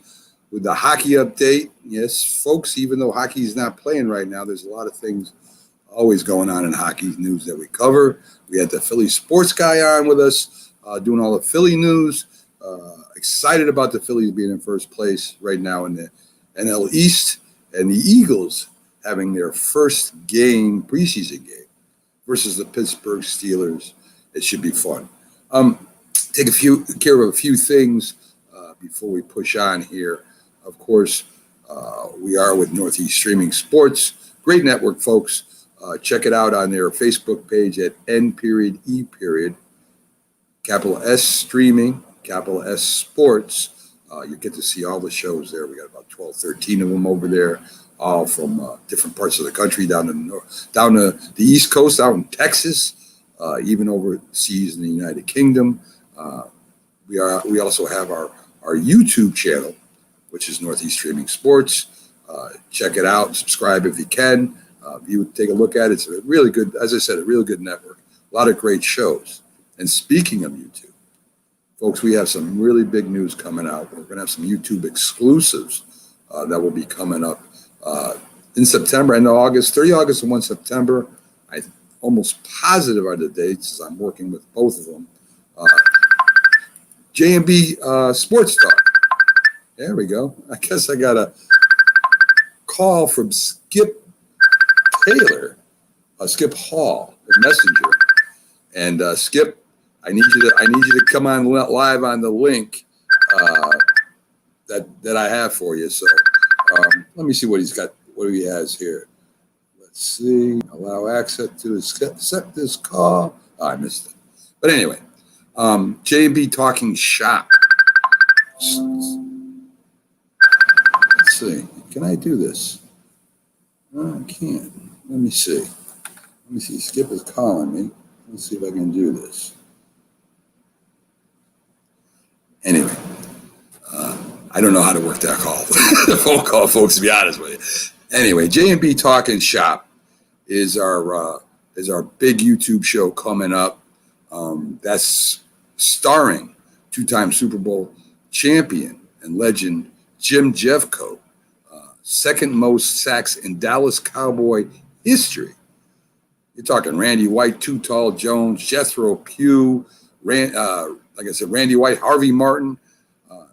Jim is the second all time. He was even nominated in the past for the Hall of Fame. So he's going to be one of the hosts. And then former NFL wide receiver Byron Williams, New York Giants star wide receiver. They'll be coming up. He's starting 1 September, 8 p.m. Eastern.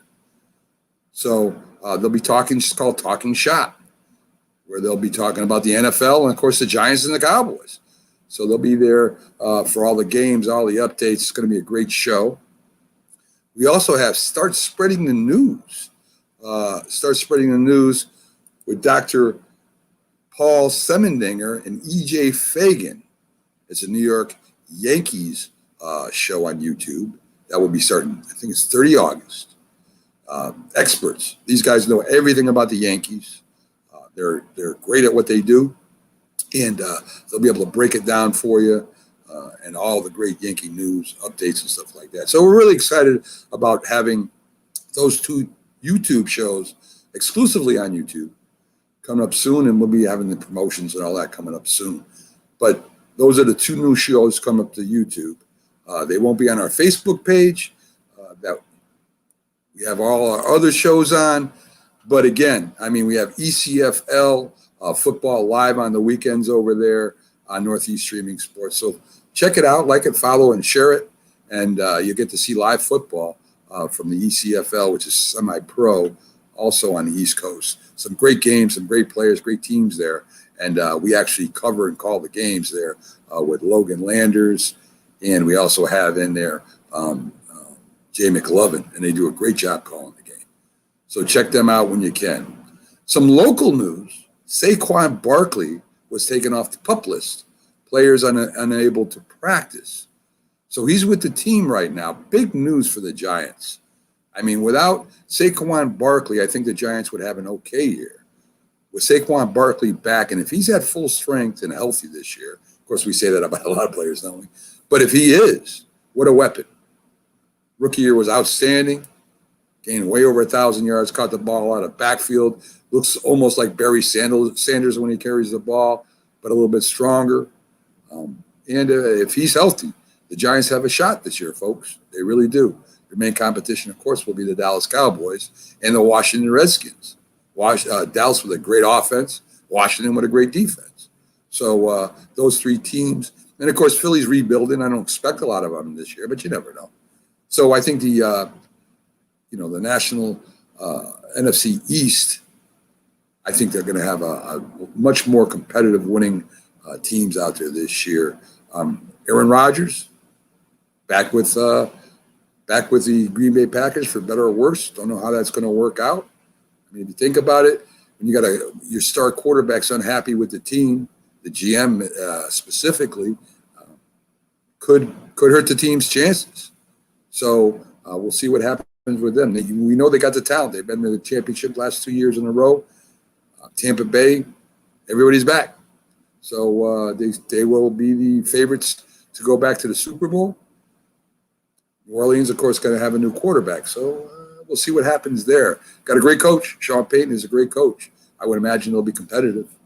And in the West is probably going to be the toughest one to call, right? You got the Rams with now Matt Stafford at the helm. Got a great defense.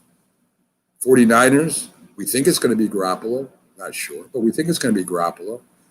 And, with the youngster there, Trey, we'll see how soon he gets in.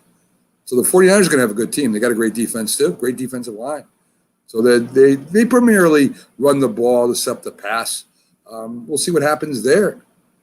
And we can't forget about the Cardinals, right? The Cardinals I mean, they have a very high-scoring team. Great young quarterback. Got hurt last year.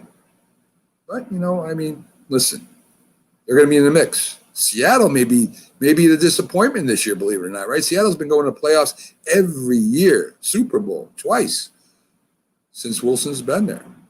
So they may be the odd team out, believe it or not. Their running game is taking a huge step back. Their defense ain't what it was. So they may be the odd man out this year with the Cardinals, the Rams, and the 49ers going for first place. Be very competitive. The FC East, did the Patriots do enough to take first place back over again? Cam Newton, of course, is a question mark. If he's healthy, I mean, they're going to raise a lot of cane there. They're going to challenge Buffalo. The Bills quarterback just signed a huge extension, right? So, Josh Allen is getting paid. Let's see if they can produce. I mean, they were close last year.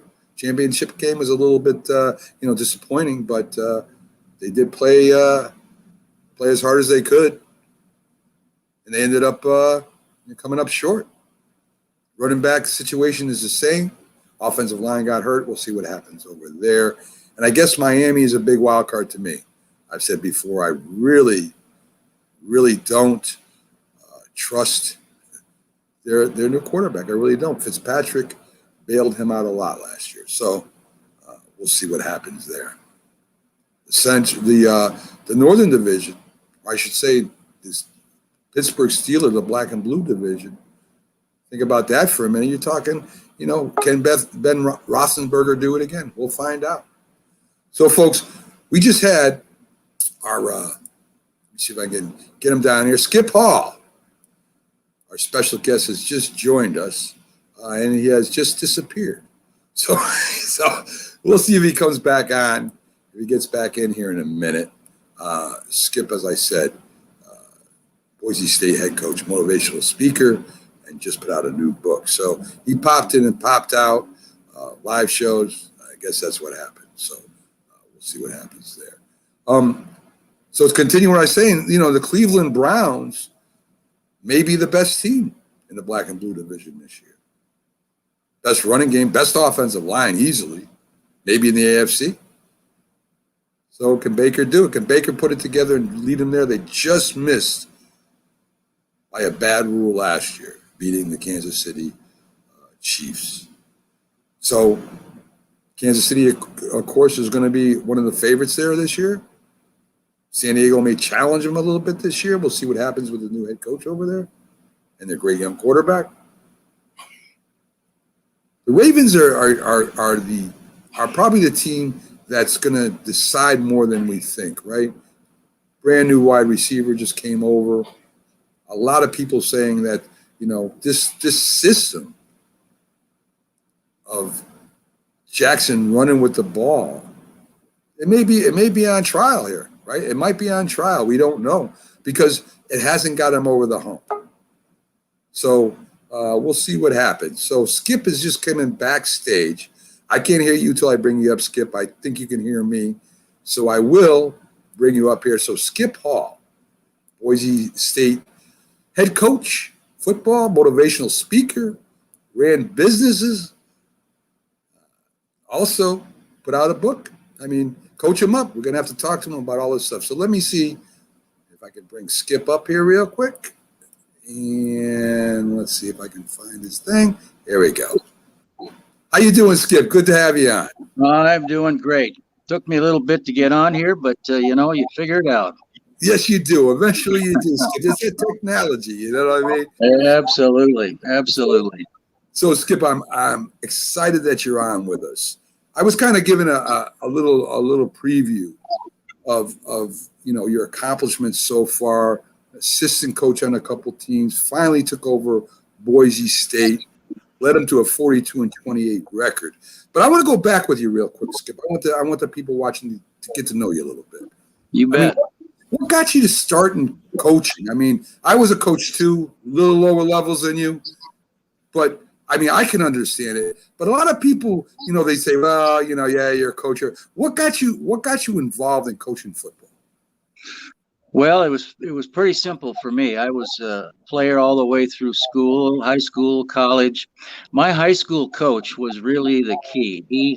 He was a tremendous role model for me, and I decided that if I couldn't play anymore, I wanted to be like Coach Charlie, my high school coach, Charlie Bash, and so he coached me all through high school, football, baseball, and then he became an assistant at the college I was going to, Concordia College in Moorhead, Minnesota. We won the national championship in 1964, and as soon as I graduated, I was ready to take on a coaching assignment, which I did. Became the head coach at Henning High School in Minnesota. We had a 23-1 record in 3 years, and I was off and running. I mean, I played football for 10 years. I coached for 12, and when you're coaching young kids or young men, it's sort of like having a little kids. You know what I mean? You watch them grow. You're enthusiastic when they win. You kind of you don't discipline them when they lose, but you help them understand what made them lose. Once they find out why, I think when you become a communicator, you find out why. You can explain to the team why they lost, and they start understanding it.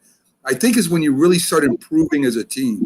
I mean, you can teach them everything you want, but if they don't understand why they're doing what they're doing and the benefits of what you're coaching them up to do, you never really get there. And go ahead. Skip. I was going to say you hit the nail on the head. You coach them up. At that point, why that's when you really the message about coaching them up becomes so true. Yeah, I mean, I always it was whether we won or lost at the end of the year. I always felt if they learned something and they got better by the end of the year, I did my job and as a coach. So you go to Boise State, you have that winning record, and then you jump into the business arena. You're a manager at AFLAC, recruiting, coaching, and building teams. Can you tell us a little bit about that, Coach? Yeah. Well, after a 30-year college coaching career with stops at Colorado, Missouri, Kent State, where Coach Nick Saban and Jack Lambert, by the way, and then Washington and Boise State. After 30 years, this is a young man's game, and I felt like I wanted to take the skill set that I have of recruiting, coaching, and building teams into the business arena. So I started with AFLAC, which is a tremendous company. I was a recruiting coordinator, eventually became a regional manager, and a great 20-year run for me there. And then my son and I, we opened a personal or independent financial service agency, Hall and Associates, which he pretty much is the head coach nowadays. I have a radio show like you. It's called Game Plan for Life, and that's been keeping me busy. I enjoy it thoroughly. Been doing it going on 5 years now. Interview a lot of people, get a lot of great perspective, a lot of great stories. So that's kind of where I'm at. So the radio show that you do, how's it doing, Coach? I mean, are you getting the viewership, the responses? I mean, you're still doing that right now, as far as I know. Right. How is the audience and the reception, and what kind of people are really getting involved in your show? Yeah, the reception has been tremendous because I bring in a wide variety of people, from the governor of the state, to coaches, Coach Chris Peterson, Coach Brian Harsin, who just went to Auburn, a lot of former players of mine, business leaders, ministry leaders, just like I say, a wide variety of well-known people in the community. And because of that, it's been very successful. And as a motivational speaker, I mean, I love those kind of guys that go out there. They fire you up a little bit. They talk about, how you can improve your business, how you can get your employees involved more. It's almost like a pregame speech, to get the team psyched up.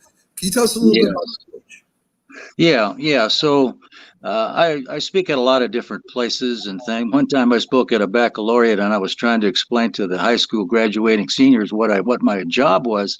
I said, I'm in charge of 100 males between the ages of 18 and 22. Now, who would want that job? Well, 3 girls in the front row raised their hand.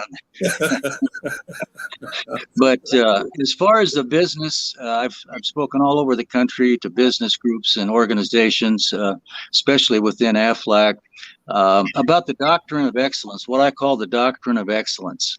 And it covers a number of points that I think are just so important, whether you're running a business, you're running a football program, whatever you're running. Why I think these principles are so very appropriate.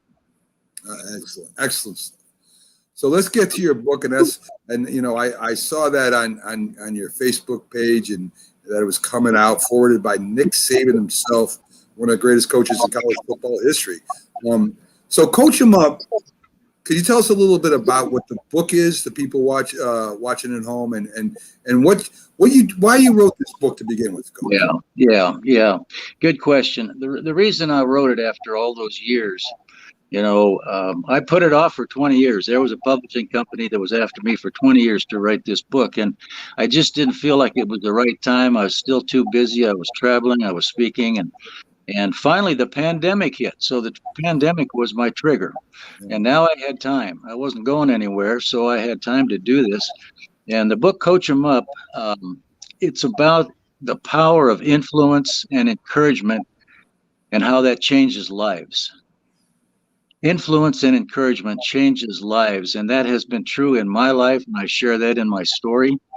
And it also applies to a lot of other people, and I hope that that's what they take away from it, is that, you coach people up. You don't coach them down. You coach them up. That's how you build teams, how you build an organization, how you build your family.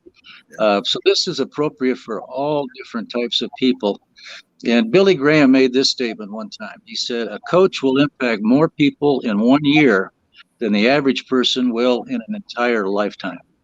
So, no, I just say the principles that are behind that, I think, are so true. Coach, what I always found in all my years in football and baseball too, I played quite a bit of baseball, coached that a little bit, was that sports and life are so, they're so much alike. I mean, if you think about it, and life is a competition, whether you're getting a job, providing for your family, or trying to better yourself. And, you get knocked down, you get up and you keep going, you persevere, you win. You got to learn how to win right too, because, you get some victories and it can go to your head and cause a big loss coming up in your future. So you got to kind of stay steady with everything. But sports has so many examples in life. And that's what I tried to tell a lot of the teams I coached too, was that, this is not just about football, guys. This is about how you're going to go through and proceed through life. Because, when you really get out there and you leave that home and you start trying to go on your own, you're going to get knocked down. You're going to be scared. You're going to lose your confidence. You're going to have to build yourself back up. And I think that, people that played a long time in sports and did coach are successful because of that, coach. Absolutely. I used to tell my players, I would say, listen, you knuckleheads, you can play football into your 20s. Then you're going to have to do something else for about 50 years. So you better start preparing for that now. Don't wait until you get out and then wonder, what am I going to do? So you learn the lessons. Life lessons learned in sports are just so important. And of course, education is important. You've got to learn educationally things, but also you learn life lessons. And I think sports is a great avenue to learn those things. Yeah, I mean, if you think about it, Coach Ray, as a little subculture, I mean, you got different ethnics, different races, different everything working together for one common thing. And I think maybe if we thought about life a little bit like we think about sports, I mean, I think the country would be in a better spot, and so would the world to a point, right? Absolutely. Yeah. You get into a football huddle and you look around and there's black, white, brown, all these people, different color, but they're on the same page. They're on the same team and they're working for the same goal. And that's truly what we need in this country right now.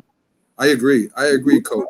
So, you said you've worked with Nick Saban before and met him, and tell a little bit of people a little inside. Nick is pretty. Coach Saban is pretty private. I mean, he says what he's going to say about football, and that's pretty much it. What makes him such a great coach?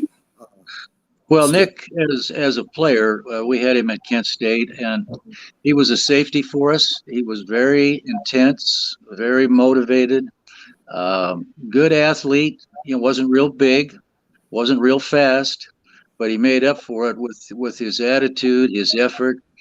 He was a leader, no question about that. And I think here's the key to that. Here's the key to Nick Saban, and here's the key to my success in coaching. Don James was the reason. Don James was the head coach at Kent State, his first head coaching job. I went with him from Colorado. Nick was on the team, eventually became an assistant coach with us as well. Nick and I coached together for 2 years and have remained, good friends over the years. I've been to Alabama to watch them play, visit with Nick in his office on a game day, which is highly unusual for Nick, because he's all about business. He's all about doing the right thing at the right time. And if you don't, well, you get the look. Don James had the look too. Like, he didn't have to say a whole lot. He just looked at you. You knew you better shape up to get it right. And Nick's the same way. He does not allow for mistakes. And he's very, very organized and disciplined and focused on what his system is all about. And that's what it is. It's a system. They recruit to the culture of their program, and it's a system that the players buy into, and it's been highly successful, as we all know. That's for sure. That's for sure, Skip. So Coach, the big news coming out of college football, I'm asking this because of course you were a coach there and were associated for a long time, is the SEC growing, getting to 2 teams, Oklahoma and Texas, to join their conference. Do you think this is good for college football to have a super division conference? I mean, doesn't that even make the teams in SEC even stronger than the rest of the teams in the country that really don't have a shot to get to the national championship? Well, yeah, it's a mega conference, obviously, but you know what? The society demands it. They want it. They pay for it. All the money that they put into those programs and spend, society demands that these schools want to be at the top of the rung. They want to have the best players and the best schedules on TV and bowl games and championships. But yeah, it does do harm to the rest of the programs in the sense that they're not quite at that level.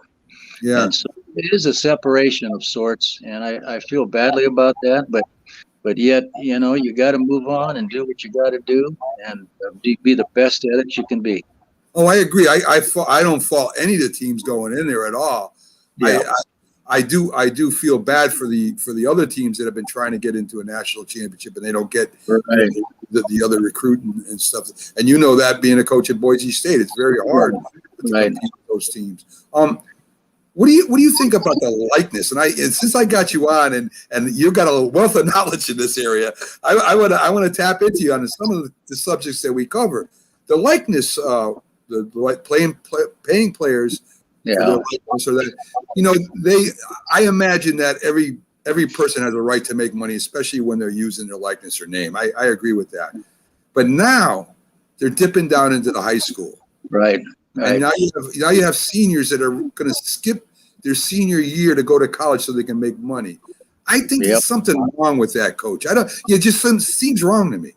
It is. I don't like it at all. I just don't like it. I mean, you go to college, you're supposed to go to college. The number one reason is to get an education, get your degree. Now, you play football or what other sport along the way, and after college, if you can continue on into the professional ranks, that's great. But high school seniors leaving early to go play and get paid, I'm totally opposed to that.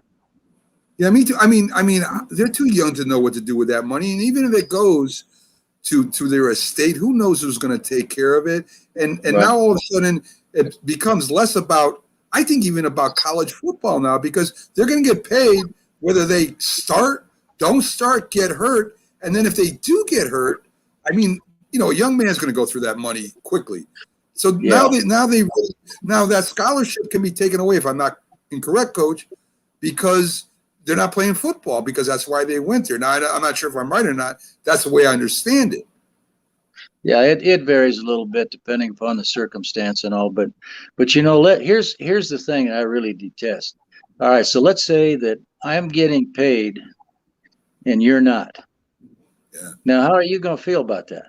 Yeah. We're both on the same team, and I'm getting paid and you're not. Very few guys on a team are going to get paid, and the rest of them are going to have to grin and bear it, I guess. But I think it's causing separation. It's causing division, and that's the one thing we don't need. We need unity. We need these programs to come together and show the rest of the country how it works. Oh, I agree, Coach, because the quarterback, wide receiver, and maybe running backs getting paid. That offensive lineman sure isn't going to get paid for all the work he does. It's not going to happen. And I agree. There's enough differences in the locker room to begin with to try to keep that all under control. And this just adds more to it. So I definitely. I'm afraid that the NCAA has buckled under some pressure on this, and I just think it's the wrong direction to go. Do you think the NCAA and there's a lot of rules that I really don't agree with a lot by them, because they're taking small rules instead of concentrating on the league as a whole and letting the schools work out the little rules there. Do you think that this super conference, this mega conference, will push the NCAA to a side sort of, because they're going to be making as much money, a lot of money, and their athletic directors are going to have a lot of power. Do you think the NCAA becomes insignificant? Well, there's been talk about that, maybe even leaving the NCAA. So I think, stay tuned, because there's more to come, and it could very well happen. I like I said, we talked about this. I got a guy that does just college football, and that comes in, and we talked about almost every angle that maybe people weren't thinking of. So, Coach, let's go back to Coach 'em Up. Get back to your book here. What are some of the chapters? In fact, hold it up for us so we can take a look at it. Well, I don't have the book. The book is not published yet. It'll be published mid-September. So about a month from now, the book will be available. It'll be on Amazon. And like I say, it covers my life story, all the coaching stops and the people I coached with, and players like Nick Saban and Jack Lambert and many others from, University of Washington and Missouri and Kent State. But the blueprint, the doctrine of excellence, I want to give you just a few chapter headings or a few important parts of this, because these things are designed to work for everyone. I'm talking about parents, talking about coaches, talking about business leaders. And so I've titled this section, The Doctrine of Excellence. And the first thing that I list is the importance of having a blueprint. You've got to have a blueprint. You got to start with the character of the players that you got on the team, and you got to develop the identity of the team as a whole. You got to develop a culture, and then you got to develop a personal network, and that kind of gets it going. I like to say that no game plan, no victory. You got to have a blueprint. Agreed. Got to have a blueprint. Now, the thing that Bear Bryant said so well is that it's not the will to win that matters. Everyone has that. It's the will to prepare to win that matters. And I really believe in that. You got to have a blueprint, and that's where it all starts. Mentorship, that's the heart of coaching. Mentoring is the heart of coaching, and we need mentors in this society today that are willing to reach out and share with young people what is really important, what's truly important. And so, that's another issue that I touch on in this book. Let's stop with mentoring for a minute. Very important to me. Of course, that's all about coaching. That's all about being a father, about being a big brother, about a lot of things. But to friends that you meet and people that you meet that need to talk, that need a little bit of maybe a little bit of guidance, that need a little bit of it could be the difference between somebody making a terrible decision or getting in a bad way, as opposed to maybe not turning their life around, but kind of helping them get out of a little bit of a jam. And right. Coach, that's very important. I think we've lost that in our society, where there's more self-absorption than there used to be, right? We're looking out for ourselves, and man, I agree with that 100%. I mean, I know that, even the players on my team, when I played football, I would talk with them and be there to listen to them. And sometimes it's just listening that helps somebody get something off their off where they're at. So, Coach, a great chapter. Yeah. Well, like I say, mentoring is the heart of coaching, and it is so important. Another principle that I share about is teamwork, and teamwork makes the dream work. Yeah. And if you get my drift there, and championships, I like to say championships are won by teams who love one another, who enjoy and respect one another, and play for and support one another. I think that's what championship teams are made of. It's, we talk about all this physical stuff in football and other sports, but it boils down to one key word, and it's love. And love in a way that helps draw players and people and coaches together. And you got to love one another in order to be a championship caliber football team. Definitely agree. So another thing is, I know Tom Landry was a mentor of mine, and we shared some time together. And a couple of things that he shared with me, I think that are important, is that a coach is someone who tells you what to do, tells you what you don't want to hear, who has you see what you don't want to see, so you can be who you've always known you could be. And that's the mentoring. That's bringing out the best in people. And the other thing I learned from him that was so important is that they talk about adversity, and we all face it. But how you handle adversity is more important than the adversity itself. And that was Tom's big thing. How you handle adversity, because we're all going to have it. And I think that's another tremendous coaching point. I agree with that too. Another principle in the book, in the section I'm talking about, is remember your why and your vision. You got to know your why and your vision. And it was Helen Keller that was asked once, is being blind the worst thing in the world? And she said, no. The worst thing in the world is not being able to have a vision. You still have to have a vision. And vision is so important. And she was blind, but still had vision and knew what she wanted to do and where she wanted to go. So that's the key, is you got to have some vision. You got to know your why. Why am I doing what I'm doing? Very important. And live in your vision. Here's a good coaching point by a coach that I hired, gave him his first coaching job here at Kent State, or at Boise State, Chuck Pagano, who was a coach for the Indianapolis Colts for a number of years. Chuck says, live in your vision, not in your circumstance. I think that is powerful. Live in your vision, not in your circumstance, because circumstances can drag us down. We can get the woe is me and that kind of syndrome. And no, you want to live in your vision and not in your circumstance. Very cool. Very cool.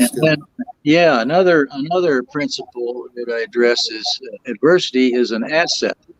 Now, you talk to people about that, they think, well, adversity, no, that's bad, that's harmful, that we don't want that.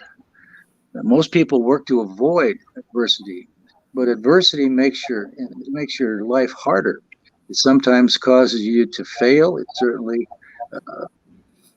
that possibility. It's not fun, but how you handle adversity, like I say, is more important than adversity itself. And how we deal with things that are going to happen to us. They're going to pop up in our lives. And, we've got to be prepared ahead of time. How are we going to deal with it? Players are watching. People are watching. And if they see us throwing a tantrum or going nuts on the sideline or screaming and hollering at players or referees, then they think they've got a ticket to do that as well. So Tom Landry was always under control. Don James, my mentor, who I coached with for 18 years, was always under control. And so I think, yeah, that's the key. If you can learn to use adversity right, it will buy you a ticket to a place you could not have gone any other way. You know, Coach, unbelievable stuff. We're coming to the end of the show, so we gotta stop there. But it was a pleasure having you on. I mean, I love talking sports and life and teams and all the stuff that we covered. I agree with practically everything you just brought up. That's very important. All those principles. So folks, that's Coach 'em Up with Skip Hall, former head coach of Boise State, and all around, been around the game a long time, has been a motivational speaker. And I mean, great words, and I can't wait for the book to come out. It'll be on Amazon, as Skip says. Check for it, Coach 'em Up. And go ahead and go out there and purchase one. It sounds like a great book, Skip. Thanks for coming on. Thank you, and thank you so much for having me. Have a great day, man. Continue with your great show, my man. I will. Thank you very much, Skip. Take care. Okay, bye-bye. So there you go, folks. Skip Hall, former coach of Boise State. Coach 'em Up is a book. Be available soon on Amazon. Check it out. Words of wisdom, folks. I agree with 100% of what this man said. So have a great day, guys. We'll see you tomorrow, Thursday, 8 a.m. to 10 a.m.